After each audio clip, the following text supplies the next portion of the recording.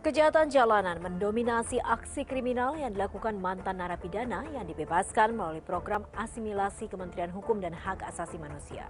Sementara dari kacamata kriminologi, aksi para mantan napi ini masuk dalam kategori residivisme atau aksi kejahatan kambuhan.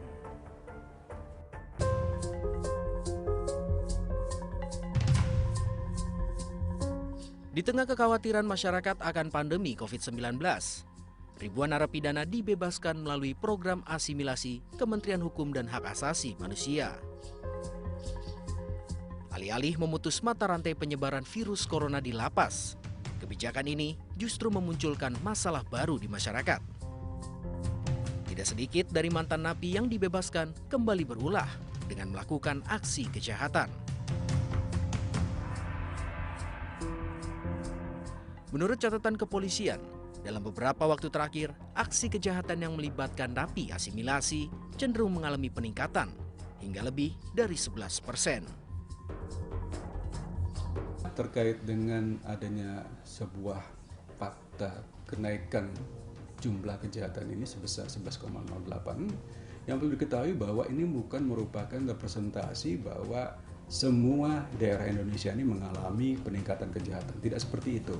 Karena hanya beberapa kota besar saja. Di beberapa kota yang lain, angka kejahatan masih dalam kondisi yang stabil dan bahkan ada juga yang terjadi penurunan kejahatan. Oleh karenanya, masyarakat tidak perlu khawatir yang berlebihan terhadap hal yang seperti ini, tetapi juga tetap harus meningkatkan kewaspadaan. Aksi kriminal yang dilakukan para mantan napi ini didominasi aksi kejahatan jalanan seperti perampokan, pencurian, dan begal. Namun tidak sedikit pula mantan napi yang melakukan tindak kriminal lainnya, seperti perdagangan narkoba. Apakah ini ada relevansi dengan telah diberikan asimilasi terhadap napi sejumlah 38.822 oleh Kemenkumham? Menurut catatan sampai dengan hari ini, ada 39 secara fakta bahwa napi yang sedang melaksanakan asimilasi itu terlibat dalam kasus kejahatan. Nah, kejahatan mereka ini kebanyakan begitu mereka melakukan adalah kejahatan yang tadi bersifat street crime atau kejahatan jalanan seperti pencurian dengan pemberatan. Pencurian pemberatan itu misalnya pencurian kendaraan bermotor itu termasuk pencurian pemberatan. Kemudian ada beberapa peristiwa kemarin mereka membobol minimarket. Nah, di situ juga termasuk pencurian pemberatan. Polri menegaskan, status asimilasi para narapidana yang kembali melakukan aksi kejahatan terancam dicabut dan akan diproses kembali sesuai dengan hukum yang berlaku.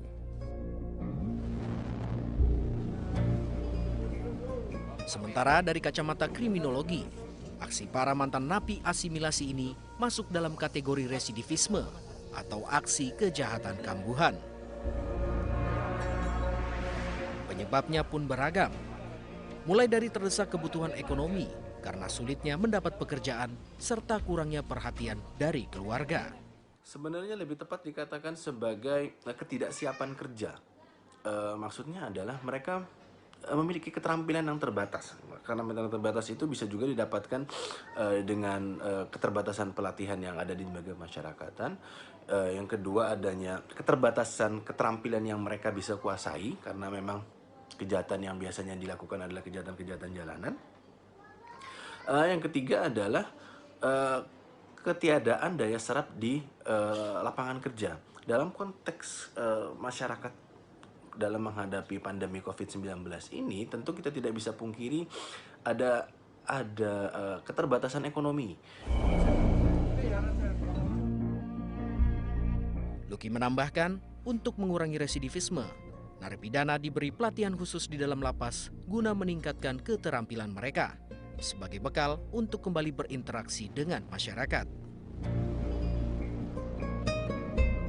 Selain itu, Luki juga mendorong masyarakat untuk mengikis stigma negatif kepada para mantan narapidana.